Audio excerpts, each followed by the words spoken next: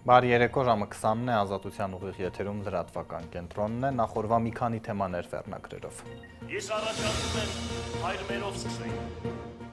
և մի տանիրս մեզի փորձություն այլ փրկյազ մեզի չարեն։ Ընդդիմության թեկնածու Վարդան Ղուկասյանն ընտրվեց Գյումրիի քաղաքապետ, քաղաքացիական պայմանագիրը բոյկոտեց նիստը հայտարարելով ճգնաժամի մասին։ Նիստին ներկա չեն, էլ ինչ ասենք, անցնենք առաջ։ Նոր սահմանադրությանն ընդառաջ վարչապետ Փաշինյանը հայտարարում է, որ մայր օրենքից պետք է հանվի հղումը անկախության հռչակագրին, որտեղ Ղարաբաղի մասին հիշատակում կա։ Բայց էլի ուզում եմ ասել, որոշողը Հայաստանի Հանրապետության ժողովուրդն է, իհարկե փաստարկներ կողմ եւ դեմ փաստարկներ բերողը քաղաքական ուժերն են։ Երևանը վերահաստատում է, որ բանակցություններում չի բարձրացնելու արցախցիների իրավունքների հարցը։ Այդ օրակարգը այլևս չի կարող շարունակվել։ Վրաստանի նախագահը գործուղման առաջին կանգառ է ընտրել Բաքուն ու խոսել հայ-ադրբեջանական խաղաղության պայմանագրի մասին։ Արցախի падգամավորները մտադիր են երկարաձգել վերջին նախագահ Սամվել Շահրամանյանի պաշտոնավարման ժամկետը։ Գլխավոր նպատակը նախագահի ինստիտուտի պահպանումն է։ Ուկրաինա суверенна держава и всі території։ Վլադիմիր Զելենսկին պնդել է, որ երբեք չի համաձայնի Ռուսաստանի մաս ճանաչել Ուկրաինայից օկուպացված տարածքները։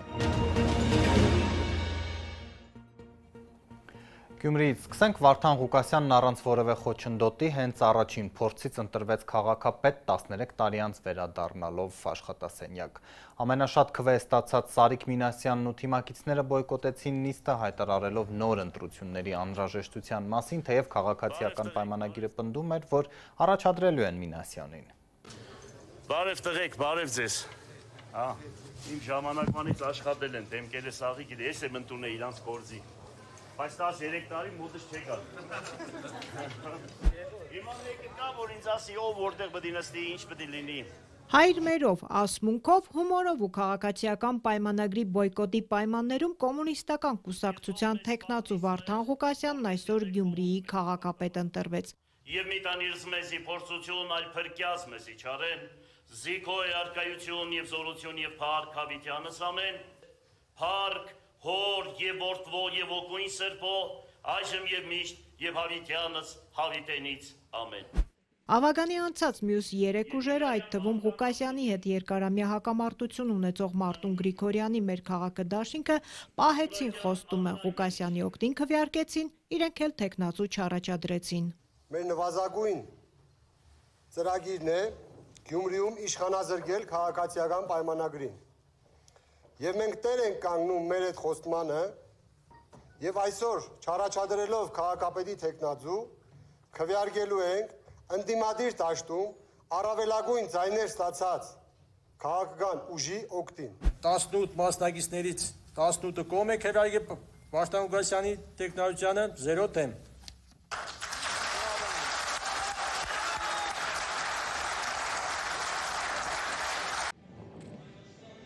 64-ամյա Վարդան Ղուկասյանը 13 տարվա ընդմիջումից հետո 5-րդ անգամ է ստանձնում Գյումրիի քաղաքապետի պաշտոնը։ Նորընտիր Ավագանու առաջին նիստը որպես տարիքով ամենաավագ հենց ինքն էր վարում։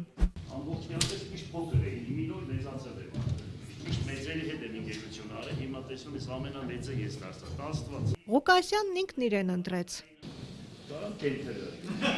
Ղուկասյանի տրամադրությունն ակնհայտ բարձր էր, անընդմեջ կատակում էր։ Քվեաթերթիկները հաշվի չանձնաժողովին փոխանցելուց օրինակ իր թիմակցին զգուշացրեց։ Ընտրվելուց հետո Ղուկասյանն արդեն Թումանյան ասմունքեց։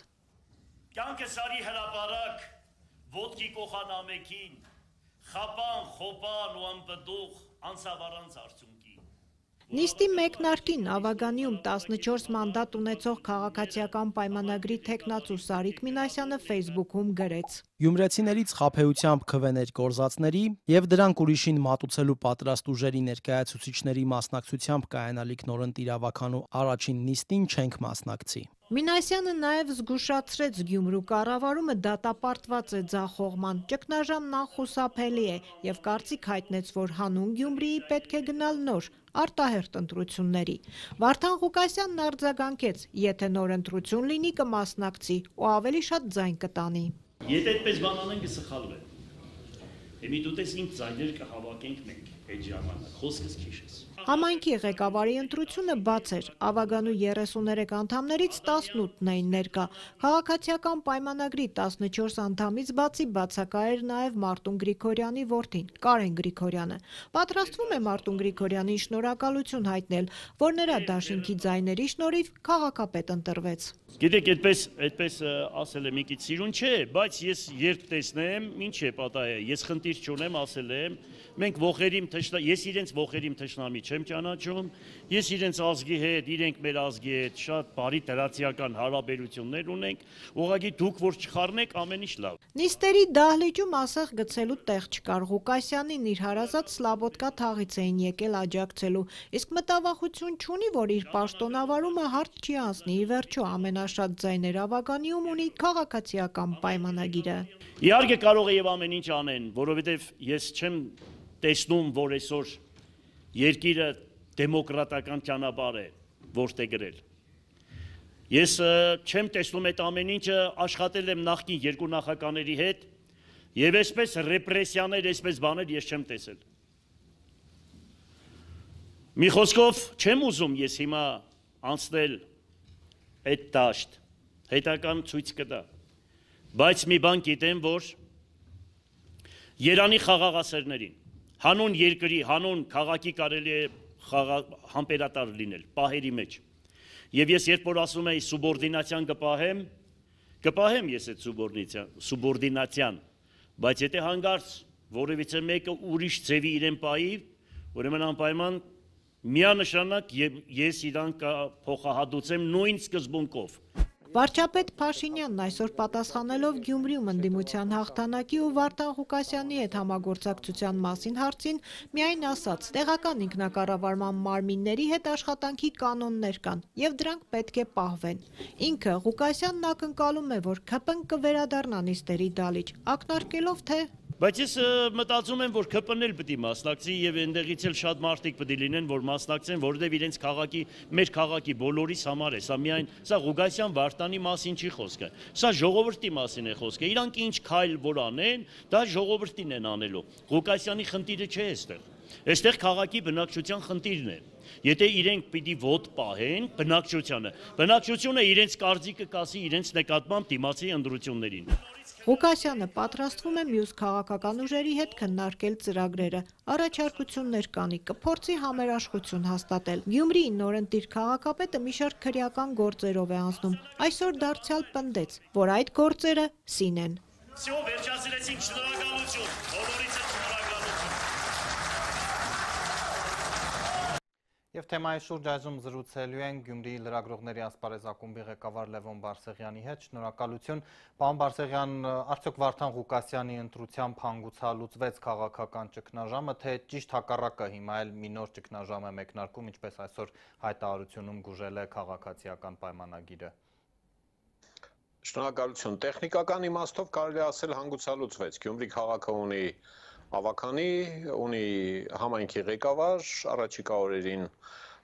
տեղակալներ, հայեցողական պաշտոնյաներ կնշանակվեն, ենթադրվում է, որ 3 ամսում հնգամյա զարգացման ծրագիր կմշակվի, կբերվի ավականու նիստին հաստատման եւ այլն։ Այս իմաստով, այո, հանգուցալուծվեց։ Քաղաքական իմաստով դեռ ամեն ինչ արժևում է, ինչպես ասում են։ Մի կողմից Վարդան Ղուկասյանն ու իր հետ կոալիցված այս ուժերը սրանով փորձում են զարգացնել իրենց հաջողությունը 26 թվականի ազգային ժողովի ընտրություններին ընդառաջ, այն ակնկալիքով, ինչը իրենք բազմիցս հայտարարել էին, իշխանազրկել քաղաքացիական պայմանագրին, դրա արմատները շատ խորն են ու ահագին խոսել ենք այդ մասին, կարող ենք էլի խոսել։ Մյուս կողմից էլ իհարկե քաղաքացիական պայմանագիրը ավականու իր խմբակցության կազմում ունենալով Սարիկ Մինասյանին, որը որոշեց չհրաժարվել մանդատից, իր այսօրվա դիրքորոշմամբ չմասնակցել նիստին, նման բան հայտարարել, որ արտահերթ ընտրությունների ուրեմն հեռանկար է երևում, ըստ իս լինելու է հնարավորինս կոշտ ընդդիմություն, թե որակը ինչպիսին է լինելու այդ արդյունավետության, համայնքի զարգացման կամ համայնքի կարիքների տեսանկյունից շատ կասկածամիտ եմ, թե որակյալ է լինելու, բայց կոշտության իմաստով, որով փորձելու է խոչընդոտել Վարդան Ղուկասյանի եւ իր հետ կոալիցված քաղաքական ուժերի կառավարումը զգացվում է։ Իհարկե, բոլոր մնացած հավասար պայմանների դեպքում, ինչպես ասում են, եթե իշխող քաղաքական ուժը երկրում մնում է քաղաքացիական պայմանագիրը, իրավապահ համակարգը շարունակելու է ապօրինի գույքի հետապնդումները, քրեական գործի հետ կապված տարբեր վարույթներ եւ այլն, այս ամբողջը ահագին խոչընդոտելու է Գյումրի քաղաքի կառավարումը։ Դուք նկատի ունեք, որ քննչական կոմիտեն ինչ-որ փուլում կարող է գալ Վարդան Ղուկասյանի հետևից։ Եկել է ոնց որ թե ժամանակին, հիմա բան է, ինչ է անունը, խափանման միջոցների տակ է, գումարած են վարույթը, որը նախաձեռնել են իր հայտարարություններից մեկի հետ կապված հեռախոսային զրույցի ժամանակ հնչած։ Հա, այս իմաստով դա կարող է ահագին լուրջ խնդիրներ հարուցել։ Օրինակի համար որոշ քրեական հոդվածների սանկցիաների մեջ կա պաշտոնավարման իրավունքից զրկումը ինչ-որ ժամանակահատվածով, մի տարի, 2 տարի, 5 տարի եւ այլն։ Հետաքրքիր է, թե օրինակ մեղադրական դատավճիռների դեպքում դատավորները այդ միջոցից կօգտվեն, թե ոչ։ Հա, եւ էլի բազմաթիվ ուրիշ բաներ կամ ենթադրենք ստացվում է այնպես, որ պետությունը ապօրինի համարող գույքը, որը համարում է ինքը ապօրինի եւ վերագրում է Վարդան Ղուկասյանին եւ իր ընտանիքին, կվերցնի դատարանի որոշումներով եւ դրանից հետո Վարդան Ղուկասյանի մոտիվացիան մաղումը լինել քաղաքապետ եւ պայքարել ընդհանուր գործի համար քաղաքացիական պայմանագրին իշխանությունից զրկելու կպահպանվի, թե ոչ, ինքը կշարունակի լինել այդպես մոտիվացված, սա ասում եմ, որովհետև ինքն էր քարոզարշավից առաջ դեռ ասում, թե հասկացվում էր իր խոսքից, ուղղակի չէր ասում, թե հանգիստ նստած էինք, էլի,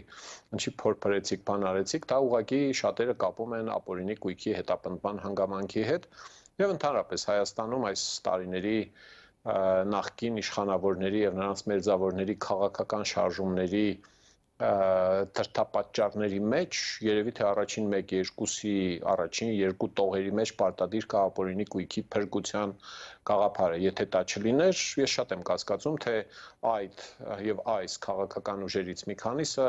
ընդհանրապես կխառնվեին քաղաքական աճ կքաշեին իրենց համար, կվայելեին իրենց իդ գծածը։ Կրկին շնորհակալ եմ, որ համաձայնեցիք։ Ես էլ եմ շնորհակալ։ Այլ թեմաներ, խաղաղության պայմանագիրը ստորագրելու հարցում Երևանին չի հաջողվում համաձայնության գալ Բաքվի հետ, վերջին փորձը Անտալիայում էր, երբ Ադրբեջանի արտգործնախարարը Հայաստանի պաշտոնակցին ուղիղ փոխանցեց նախապայմանը փոխել սահմանադրությունը։ Շատ չանցած այսօր վարչապետ Փաշինյանը բաց տեքստով հայտարարել է, անկախության հռչակագիրը, որտեղ Ղարաբաղի մասին հիշատակում կա, պետք է հանվի մայր օրենքից։ Նոր սահմանադրություն ունենալու որոշումից հետո վարչապետ Նիկոլ Փաշինյանը այսօր առաջին անգամ հայտարարեց, տեքստում անկախության հռչակագրին հղում պետք է չլինի, հստակ շեշտելով դա իր քաղաքական դիրքորոշումն է։ Այդ տեքստը նրա մասին է, որ Հայաստանի անկախ հանրապետություն, պետականություն չի կարող լինել, դա անհնար է։ Եթե ես սա ասում եմ, հետևաբար ես չեմ կարող ասել, որ նոր սահմանադրության տեքստում պետք է լինի հղում անկախության հռչակագրին։ Ընդհակառակը, ես կարող եմ ասել, որ իմ կարծիքով նոր սահմանադրության տեքստում չպետք է լինի հղում անկախության հռչակագրին, բայց էլի ուզում եմ ասել, որոշողը Հայաստանի Հանրապետության ժողովուրդն է, իհարկե փաստարկներ կողմ եւ դեմ փաստարկներ բերողը քաղաքական ուժերն են։ Բաքուն հրաժարվում է ստորագրել հայ-ադրբեջանական խաղաղության համաձայնագիրը, քանի դեռ մայր օրենքի նախաբանից չի հեռացվել հղումը անկախության հռչակագրին, որտեղ Լեռնային Ղարաբաղի եւ Հայաստանի միավորման մասին հիշատակում կա։ Սա Բաքվի գնահատմամբ Ադրբեջանի նկատմամբ տարածքային պահանջ է։ Հայաստանի սահմանադրական դատարանը անցած սեպտեմբերին վճռել էր, որ անկախության հռչակագիրը իրավական նշանակություն չունի եւ այլ երկրների նկատմամբ տարածքային պահանջներ չի պարունակում։ Նիկոլ Փաշինյանը այսօր անկախության հռչակագիրը յուրովի մեկնաբանեց, կրկնելով, թե դրա բովանդակությունը այն մասին է, որ Հայաստանը չի կարող գոյություն ունենալ։ Սա ի դեպ այս փաստաթուղթը մեկնաբանելու Փաշինյանի երկրորդ փորձն է։ Անցած տարեսկզբին էլ Նիկոլ Փաշինյանը ցլի եւ կարմիր շորի օրինակներ բերել, զգուշացնելով, թե այն կարող է Հայաստանի նկատմամբ պատերազմի պատճառ դառնալ։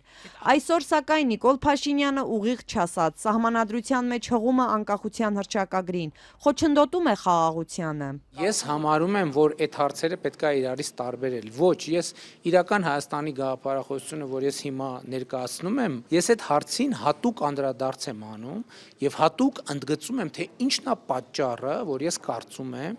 որ Հայաստանի Հանրապետությունում նոր սահմանադրություն պետք է ընդունվի։ Փաշինյանը, որ պաշտոնավարման նախորդ տարիներին պնդել է գործող եւ նախորդ սահմանադրությունները լեգիտիմ չեն, նորն ունենալու ուղղությամբ մինչեւ 2024 թվականը ոչ մի գործնական քայլ չի արել։ Նորը մշակելու որոշումն ընդունեց անցած տարվա մայիսին, երբ Բաքուն արդեն հստակ հայտարարում էր. դա խաղաղության հաստատման նախապայման է։ Այժմ Արդարադատության նախարարությունում առանց հայեցակարգի տեքստն են գրում, բայց հայտնի չէ ինչ առանցքային փոփոխություններ են նախատեսվում։ Փաշինյանը այսօր նոր սահմանադրության անհրաժեշտությունը բացատրեց իրավակարգի եւ քաղաքացիների միջև խզումով։ Իրավակարգը, որը բխում է սահմանադրությունից, կտրված է ժողովրդից մի պարզ պատճառով։ Սահմանադրական բոլոր հանրաքվենները հանրային համոզվածության համաձայն ժողովրդի անհրաժեշտ թվով ձայներ չեն ստացել։ Այլ կերպ ասած, հանրաքվեների արդյունքները մանիպուլացվել են կամ կեղծվել են։ Խորհրդարանական ընդդիմությունից միաձայն պնդում են Փաշինյանը, որքան էլ փորձի անկախության հռչակագրից հրաժարվելու հիմնավորումներ ներկայացնել, իրականությունն այն է, որ նա կատարում է Ադրբեջանի հերթական պահանջը՝ իշխանությունը պահելու համար։ Ընդդիմադիր падգամավոր Արթուր Խաչատրյանի կարծիքով նույնիսկ Նիկոլ Փաշինյանի այս հայտարարությունից հետո Բաքուն չի ստորագրի խաղաղության համաձայնագիրը։ Եվ դրա համար այս իշխանությունները, որոնք սկզբից խոսում էին սահմանադրություն ընտրություններից հետո, չէ՞, հետո ասին լավ սկսում ենք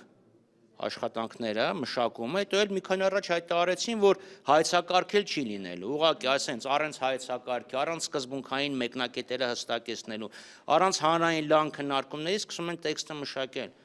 որովհետև կրկնում եմ, ինքը պետք է պարտադրի, փորձի պարտադրել ժողովրդին, Ադրբեջանի հրահանգով ընդունել մի սահմանադրություն, որ բավարարի Բաքվին, որպեսզի ինքը կարողանա մնա իշխանություն։ Ընդդիմադիր մյուս պատիվ ունեմ խմբակցության ղեկավար Հայկ Մամիջանյանը կարծում է, նոր սահմանադրության հանրաքվեն կտապալվի, որովհետև քաղաքացիները հասկանում են, դա Բաքվի օրակարգն է։ Ես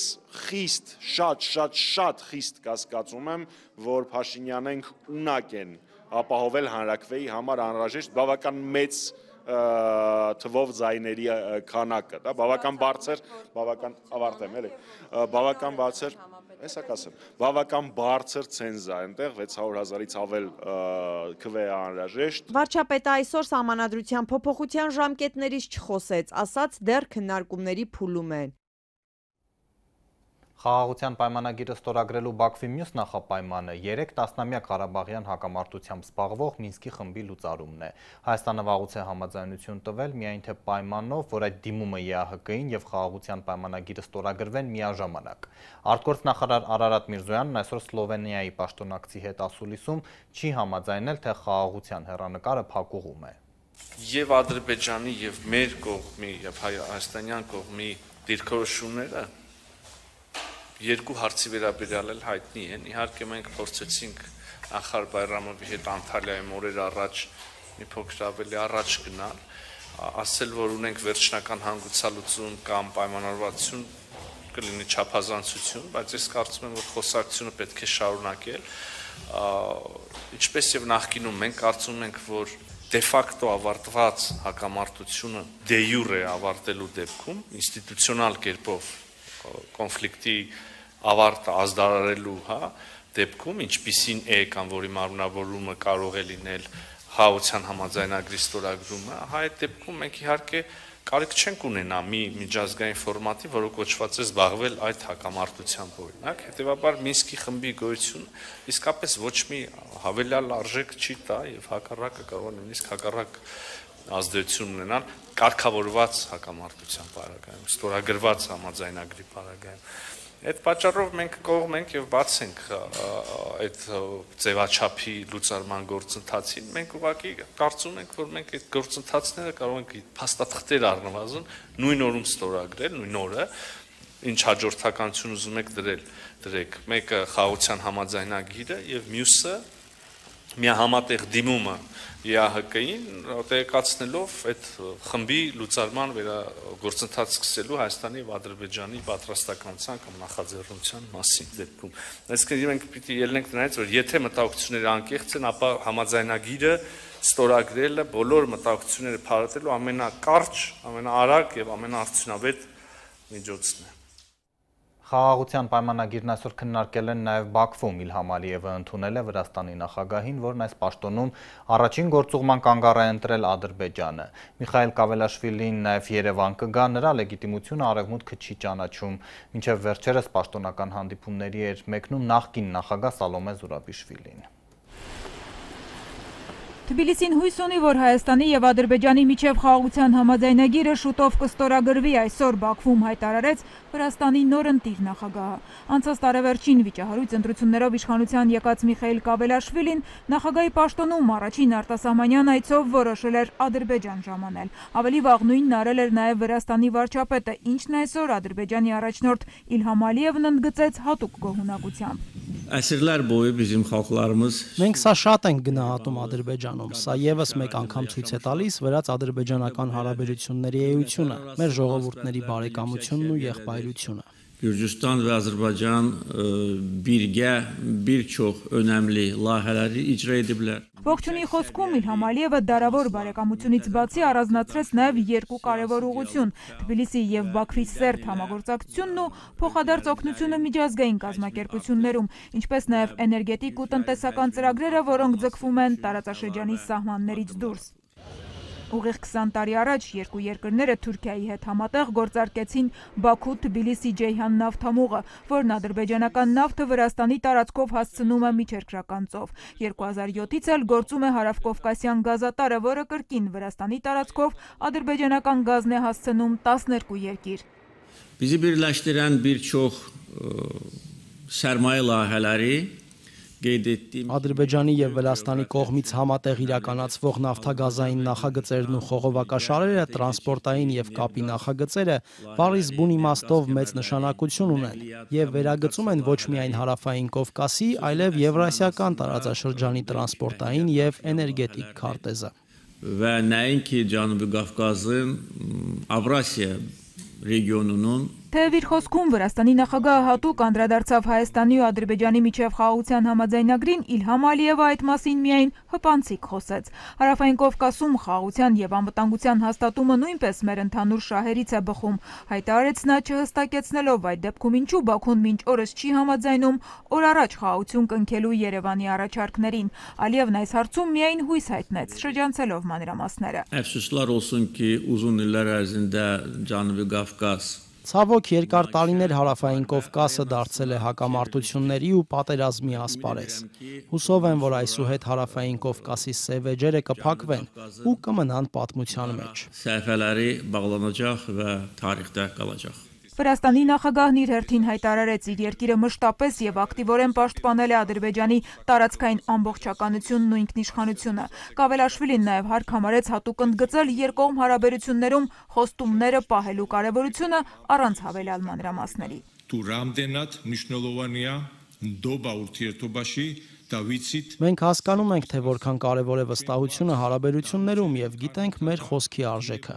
Մենք ունենք մի շարք չգրված օրենքներ եւ արժեքներ, որոնք մեզ փրկել են եւ հասցրել մինչ այսօր։ არის ქართულ აზერბაიჯანული მეგობრობა და სტრატეგიული პარტნიորობა. საქართველოს პრეზიდენტი Վրացական երազանքի ներկայացուցիչը, որ ընտրվեց անցած տարվա խորհրդարանական աղմկահարույց ընտրություններից ու զանգվածային ցույցերից հետո Արևմուտքի եւ Թբիլիսիի միջև սրված հարաբերությունների ֆոնին, այսօր բռնապետական կառավարման հայտնի Ադրբեջանում պնդեց. Թբիլիսին իր որդեգրած քաղաքականությունից ետ չի կանգնի եւ այդ հարցում ապավինում է նաեւ Ադրբեջանին. Სამწუხაროდ ბოლო პერიოდში ჩვენი ქვეყნები არაერთხელ გახდნენ გარეძალების მხრიდან Ցավոք վերջին շրջանում մեր երկրները բազմիցս են հայտնվել արտաքին ուժերի կողմից երկակի ստանդարտների եւ ներքին գործերին միջամտելու թիրախում։ Չնայած այդ ջանքերին մենք վճռականորեն վերացնում ենք այդ սպառնալիքները եւ ապահովում տարածաշրջանի անվտանգությունն ու կայունությունը։ Անհնար է որ ինչ-որ երրորդ երկիր կամ կազմակերպություն մեզնից լավ իմանա թե ինչն է լավ մեր ժողովուրդների համար։ Միխարია რომ საერთო ինտերեսების դասացավად Անցած տարվա խորհրդարանական ընտրություններից օտարերկրյա գործակալների մասին քննադատված օրինագծի ընդունումից հետո Եվրամիությունն ու Միացյալ Նահանգները մի շարք պատժամիջոցներ են սահմանել Վրաստանում իշխող կուսակցության նկատմամբ։ Կավելաշվիլին ու համախոհները սակայն պնդում են, թե արևմտյան երկրները փորձում են Վրաստանին ներքաշել Ռուսաստանի դեմ պատերազմի մեջ։ Հարավային Կովկասում ժողովուրդները պետք է ապրեն իրենց սովորույթներով ու ավանդույթներով, ոչ թե ազատական արժեքներով։ Այսօր Ալիևի կողքին կանգնած հայտարարեց նա, լիբերալ արժեքները որակելով Մակերեսային։ Ադրբեջան կատարած այցից հետո այս ամսվա վերջին Կավելաշվիլին երկօրյա այցով նաև Հայաստան կգա։ Օրվա լուրերն անընդհատ թարմացվում են նաև մեր Telegram-ի ալիքում, իսկ այս թողարկման երկրորդ հատվածում դիտեք։ Երևանը վերահաստատում է, որ բանակցություններում չի բարձրացնելու արցախցիների իրավունքների հարցը։ Դա այդ օրակարգը այլևս չի կարող շարունակվել։ Արցախի պատգամավորները մտադիր են երկարաձգել վերջին նախագահ Սամվել Շահրամանյանի պաշտոնավարման ժամկետը։ Գլխավոր նպատակը նախագահի ինստիտուտի պահպանումն է։ Ուկրաինա суверенна держава и всі території։ Վլադիմիր Զելենսկին պնդել է, որ երբեք չի համաձայնի Ռուսաստանի մաս ճանաչել Ուկրաինայից օկուպացված տարածքները։ Արցախի վերջին խորհրդարանի պատգամավորները նիստ են հրավիրել, որպեսզի երկարացնեն Սամվել Շահրամանյանի պաշտոնավարումը։ Նա նախագահ էր դարձել Լեռնային Ղարաբաղի հայաթափումից 10 օր առաջ ստորագրել պետության լուծարման փաստաթուղթը, երբ Ադրբեջանի զորքը Ստեփանակերտ էր հասել։ Հայաստանի իշխանությունները չեն ճանաչում Արցախի պետական որևէ ինստիտուտ։ Գլխավոր նպատակը նախագահի ինստիտուտի պահպանումն է եւ մեր ցանկացած քայլ չի վերաբերում անձերին, որովհետեւ թյուրըմբռնում կա նախորդ նախագահական ընտրությունները Արայիկ Հարությունյանի հրաժարականից հետո պայմանավորված էին էլի սահմանադրությամբ մեջ հոդվածի փոփոխությամբ, բայց եթե այսպես ավելի պարզ ու հասկանալի ասեմ, մեկ անգամյա օգտագործման համար։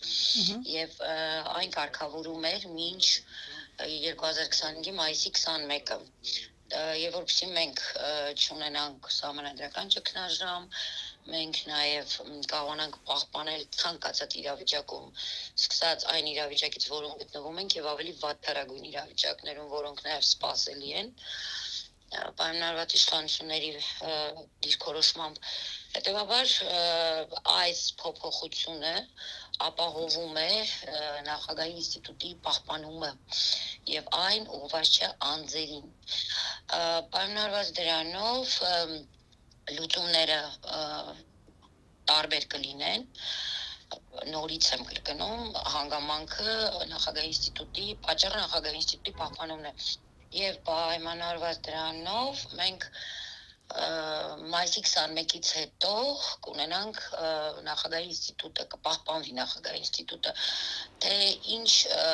ընթացք ինքը կունենա, դա դեռևս այս մոտակա ժամանակները ցույց կտան, բայց ամեն դեպքում փոփոխությունը ապահովելու ցանկացած ընթացք։ Խորհրդարան վերադառնանք, օրվա երկրորդ կեսին էլ վարչապետն ու նախարարները պետք է պատասխանեին պատգամավորների հարցերին, բայց ընդդիմադիրները բոյկոտել են նիստը, հատուկենտ իշխանական օրենսդիրներ են գրանցվել, չի շրջանցվել արտգործնախարարության աղմկահարույց հայտարարությունը, թե արցախցիների իրավունքները բանակցային նյութ չեն դառնալու։ Արտգործնախարար Արարատ Միրզոյանի համոզմամբ արցախցիների հարցը բանակցային օրակարգում չի կարող լինել, քանի որ Ղարաբաղում այլևս հայություն չկա։ Արտաքին քաղաքական գերատեսչության ղեկավարն այս մասին հայտարարեց այսօր ազգային ժողով կառավարություն հարցու պատասխանին, անդրադառնալով Ղարաբաղյան խնդրի վերաբերյալ ավելի վաղ արված հայտարարությանը։ Փաստա, որ բռնի տեղահանությունից հետո եւ հատկապես եւ նաեւ իրենց ինքնալուծարման վերաբերյալ այդ հանրահայտ փաստաթղթից հռչակումից հետո դա այդ օրակարգը այլևս չի կարող շարունակվել այն պարզ պատճառով, որ այդտեղ մարդ չի ապրում, հայություն չկա, որ իրավունքների մասին խոսենք։ Օրես ազատության հարցման ի պատասխան ԱԳՆ-ն հայտարարել էր, թե Լեռնային Ղարաբաղի հարցը բանակցային օրակարգից դուրս է եկել Լեռնային Ղարաբաղի հայության բռնի տեղահանության եւ Լեռնային Ղարաբաղի լուծարման վերաբերյալ հրամանագրի հրապարակումից հետո։ Այս հայտարարությունը սուր քննադատության էր արժանացել վերլուծաբանների եւ ընդդիմադիր ուժերի կողմից։ Ի պատասխան իշխանության հասցեին հնչած քննադատություններին Արարատ Միրզոյանն այսօր կրկին պնդեց, թե Նիկոլ Փաշինյանի իշխանությունն ամեն ինչ արել է արցախցիների իրավունքների եւ անվտանգության հարցերը հասցեագրելու համար։ Սակայն Լեռնային Ղարաբաղի այն ժամանակվա իշխանությունները հրաժարվել են Ադրբեջանի հետ բանակցություններից։ Հանրահայտ չի, որ Լեռնային Ղարաբաղը մերժեց օրինակ մասնակցել Սոֆիայի հանդիպմանը։ Հիմա մեզնից ի՞նչ են ուզում։ Այսինքն ու ձեռ են առնում, ես չեմ հասկանում։ Այս հարցերի պատասխանը լրջորեն պիտի տրվի վերջը, թե չէ։ Ինչքան կարելի է անընդհատ իրանց եղած նույն թերթերի միջոցով ասել Ղարաբաղը հանձնեցին։ Հիմա գիտեք ինչ են ասում, ասեն Ղարաբաղը բանը Հայաստանի կառավարությունը լուծարեց։ Լավ, այդքան կարճ է մարդկանց հիշողությունը, ում են հիմարի տեղ դնում։ Տասնամյակներով Ղարաբաղյան հակամարտությունն ուսումնասիրող ԱՆԻ կենտրոնի հիմնադիր վերլուծաբան Թաթուլ Հակոբյանը ավելի վաղ արձագանքելով Հայաստանի արտգործնախարարության այս պնդմանը այն իրականությանը չհամապատասխանող էր որակել։ Վերլուծաբանը հղում անելով իր վստահելի աղբյուրներին պնդել էր, որ Արցախի այն ժամանակվա իշխանությունները Սոֆիա գնալու հետ կապված երկու դժվարություն են ունեցել։ Առաջինը, այդ հանդիպումը նախաձեռնող ԱՄՆ-ն առաջարկել էր դրա մասին տեղյակ չպահել ռուսներին, եւ երբ նրանք տեղեկացել էին, Ստեփանակերտին խորհուրդ չէին տվել մասնակցել։ Երկրորդ լուրջ հանգամանքը, որի պատճառով Արցախի իշխանությունները Սոֆիա չեն մեկնել, ըստ վերլուծաբանի Բաքվից հնչող վերջնագրերն էին։ Բաքուն Ստեփանակերտի հետ միայն մեկ հարց էր ուզում քննարկել՝ Ղարաբաղի ինտեգրումը Ադրբեջանի կազմում։ Թաթուլ Հակոբյանը հիշեցրել էր, Սոֆիայի հանդիպման ձախողումից հետո արդեն 2023-ի օգոստոսին Բրատիսլավայում նախատեսված հանդիպումը մերժել էր հենց Ադրբեջանը։ Արցախյան կողմն է հիմնականում մերժել Սոֆիայի հանդիպումը, բայց նաև փաստ է, որ արդեն օգոստոսի 1-ին նախատեսված Սլովակիայի մայրաքաղաք Բրատիսլավայի հանդիպումը ուղղակիորեն մերժվել է Ադրբեջանի կողմից։ Հետևաբար, ասել, որ ամբողջ պատասխանատվությունը բարթել Արցախյան կողմի վրա, ես համարում եմ ոչ միայն անարդարացի եւ այլև ճիշտ չեմ համարում, այսինքն այդ տեղեկատվությունը չի համապատասխանում իրականությանը։ Իդեպ այսօր խորհրդարանում Արարատ Միրզոյանը Բրատիսլավայի հանդիպման ու Բաքվի կողմից այն մերժելու մասին ոչինչ չասաց։ Երբ որ ասում ենք, որ նշաձողը իջեցնել է պետք եւ այդ դեպքում մենք կարող ենք խոսակցություն ունենալ, մեզ էլի մեղադրում էին դավաճանության մեջ, մեզ էլի մեղադրում էին, չգիտեմ, հողեր ծախելու մեջ եւ այլն։ Շատ լավ կներ, որ հիմա ստեղ լինեին ձեր ընդդիմադիր գործընկերները եւ այս խոսակցությունը իրանց հետ գնար, բայց ոնց հասկանում եմ կռվել եք երևի էլի նեղացել գնացել են։ Շատ բարի դրացիական մթնոլորտում գնացել են, չեն կռվել։ Չգիտեմ ինչ է։ Իդեպ խորհրդարանական ընդդիմությունն այսօր ողջ կազմով չէր մասնակցում ազգային ժողով կառավարություն հարցու պատասխանին։ Բացառությամբ Հովիկ Աղազարյանի եւ Հակոբ Ասլանյանի, որոնք ասում են, որ իրենք ընդդիմություն չեն, հետեւաբար ընդդիմությունը բացակա է։ Բոյկոտ չէ, անհրաժեշտություն չենք տեսել, չենք մասնակցում, Ազատությանը փոխանցեց ընդդիմադիր Հայաստան խմբակցության պատգամավոր Գեղամ Մանուկյանը։ Ազգային ժողով կառավարություն հարցու պատասխանը, որ սովորաբար թեժ մթնոլորտում է անցնում, հաճախ վերածվելով սուր վիճաբանության վարչապետի եւ ընդդիմադիր պատգամավորների միջև, այսօր շատ միապաղաղ էր։ Կառավարությանը հարց տալու համար գրանցվել էր ընդամենը 7 իշխանական պատգամավոր։ Նրանցից որևէ մեկը Նիկոլ Փաշինյանին հարց չտվեց։ Մեծարգո պարոն վարչապետ, հարգելի կառավարություն, հարցս ուղղում եմ ֆինանսների նախարարին։ Սահմանադրական դատարանը մոտ 10 օր անցկացնելով խորհրդակցական սենյակում քիչ առաջ որոշել է, որ ապօրինի գույքի օրենքը համապատասխանում է մայր օրենքին, խորհրդարանական ընդդիմություններ հայցով դիմել Բարձրատյան։ Հենց նախկին իշխանություններն են այս գործերով անցնում ու թեև վարչապետ Փաշինյանը ամենօրյա գրառումներով թվում է թալանի վերադարձը, պաշտոնավարման 7 տարիների ընթացքում նախիստ քննադատվել է այս խոստումը տապալելու համար։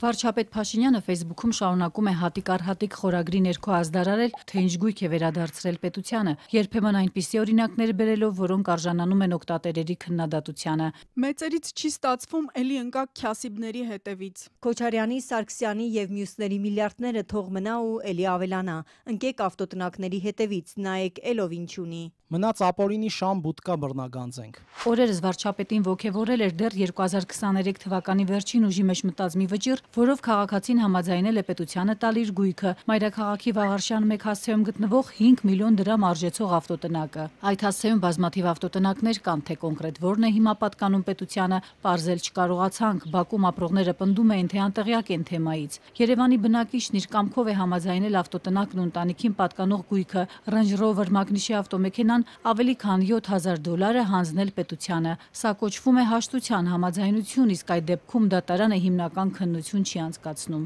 Բարիս բուն իմաստով հատիկար հատիկ է։ Եթե տենց դուր չի գալիս, ուրեմն Range Rover առ Range Rover ենք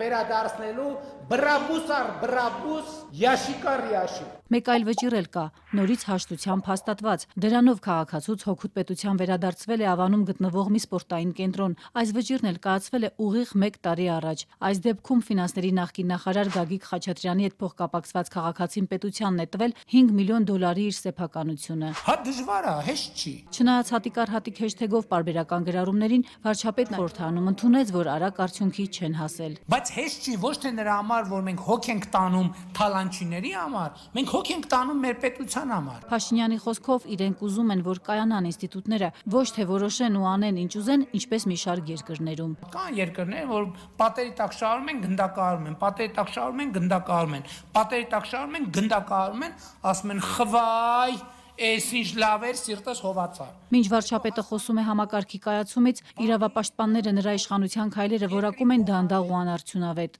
Հեղափոխության ընթացքում եւ նախընտրական ժամանակահատվածում խոսվել է նրա մասին, որ հալանչիները, նախկին ղեկավարությունը փորձել է հանրային գույքը, կարծես թե յուրացնել եւ հարստանալ հանրության միջոցներով եւ այդ գործընթացը հեղափոխության անկյունակարային գործընթացներից մեկն էր, որը որպես այդպիսին մինչ այսօր չի իրականացվել։ Ինչու է վարչապետը հատկապես վերջին ամիսներին նման ակտիվություն դրսևորում, նշանավորելով մի ավտոտնակի, մի հողակտորի վերադարձը պետությանը։ Իրավապաշտպան Զարուհի Հովհաննիսյանը երկու շարժառիթ է տեսնում։ Առաջինը հանրության ուշադրությունը պահել խնդրի վրա, հատկապես նախընտրական շրջանում։ Մինչև օրս կայացված 12 վճիռներով պետությանն է վերադարձվել ավելի քան $17 միլիոն։ Անցած տարիներին դատարան են ուղարկել 136 հայցադիմում, ավելի քան 527 միլիարդ դրամի, նաև 270 շարժական, 1381 անշարժ գույքի բռնագանձման պահանջով։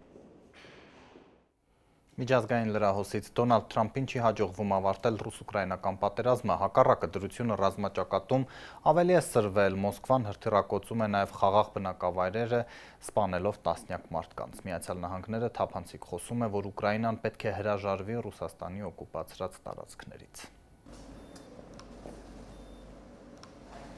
Ուկրաինայի նախագահը հայտարարել է, բոլոր այն տարածքները, որ Ռուսաստանը գրավել է պատերազմի ժամանակ, Ուկրաինայի մաս են կազմում։ Սա կարմիր գիծ է իրենց համար։ Վլադիմիր Զելենսկին այս հայտարարությամբ արձագանքել է ԱՄՆ նախագահի հատուկ բանագնաց Սթիվ Ուիթքոֆին, որը Fox News-ին ասել էր, թե անցած շաբաթ Ռուսաստանի նախագահի հետ հանդիպմանն ԱՄՆ-ն վերջապես պարզել է, որ հրադադար հաստատելու համար Վլադիմիր Պուտինը պահանջում է, որպեսզի Ուկրաինան Ռուսաստանի մաս ճանաչի գրավված տարածքները։ Ուկրաինան ինքնիշխան պետություն է եւ բոլոր տարածքները պատկանում են Ուկրաինայի ունիտար պետությանը։ Հետևաբար միայն Ուկրաինայի ժողովուրդը կարող է խոսել մեր պետության տարածքների մասին։ Մեզ համար դրանք կարմիր գծեր են։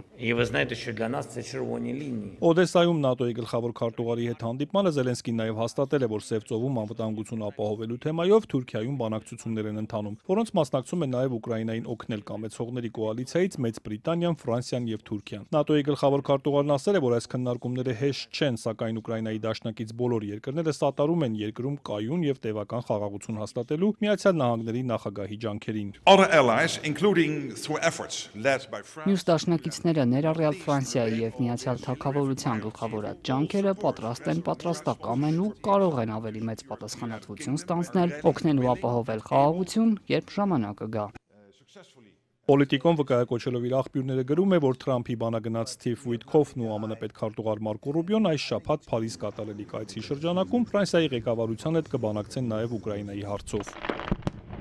Իսկ Ուկրաինան եւ ԱՄՆ-ն իրենց հերթին արդեն մի քանի ամիս է բանակցում են ուկրաինական հազվագյուտ օգտակար հանածոների համատեղ արդյունահանման գործարքի շուրջ։ ԱՄՆ-ն պահանջում է, որ ստացված եկամտից Ուկրաինան $300 միլիարդ վճարի ԱՄՆ-ին պատերազմի ժամանակ ստացած օգնության դիմաց։ Bloomberg-ը իր աղբյուրների հողումով նշում է, որ Միացյալ Նահանգները նվազեցրել է գումարի չափը մինչև $100 միլիարդ։ ԱՄՆ ֆինանսների նախարար Սքոթ Բեսենտն ասել է, որ Վաշինգտոնում անցած շաբաթ տեղի ունեցած հանդիպմանն Ուկրաինան որոշ առաջարկներ է արել։ Ուստի բանակցությունները շարունակվում են, սակայն գործարքը կարող է ստորագրվել արդեն այս շաբաթ։ Այս ֆոնին Ուկրաինայի խորհրդարանն այսօր եւս 90 օրով երկարաձգեց ռազմական դրությունը, որ գործում է 2022 թվականին Ուկրաինա-Ռուսաստանի ներխուժումից ի վեր։ Այսօր նաեւ լրանում է էներգետիկ ենթակառուցվածքներին 30 օր չհարվածելու շուրջ Միացյալ Նահանգների միջնորդությամբ Ռուսաստանի եւ Ուկրաինայի միջև մարտի 18-ին ձեռք բերված պայմանավորվածությունը։ Կրեմլի խոսնակն ասել է, թե դեռ չի կարող նշել, թե ինչ որոշում է կայացվել այս հարցում։ Մենք ձեզ տեղեկատվություն կտրամադրենք։ Ես դեռ պատրաստ չեմ ձեզ տեղեկացնել կայացված որոշման մասին։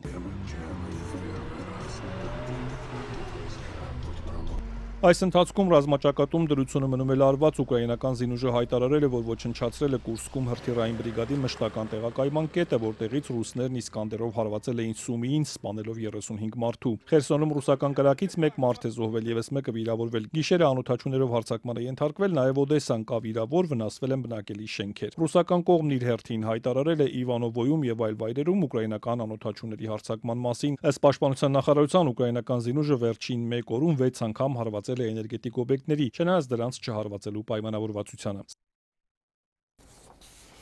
Ադրբեջանում հեղեղներ են, Կալվա գյուղում ուժգին տարափի հետևանքով էքսկավատոր է շրջվել, 1 մարդ մահացել է, 3-ը վիրավորվել։ Բնակավայրեր են տուժել նաև Բաքվում, Գյանջայում մարդիկ են տարհանվել, մի շարք ճանապարհներ, կամուրջներ, մեքենաներ ջրի տակ են անցել։ Այսքանը օրվա մյուս լուրերը Ազատության էջերում, սոցիալական ցանցերում, ինչպես նաև մեր կայքում ազատություն.am կհանդիպենք։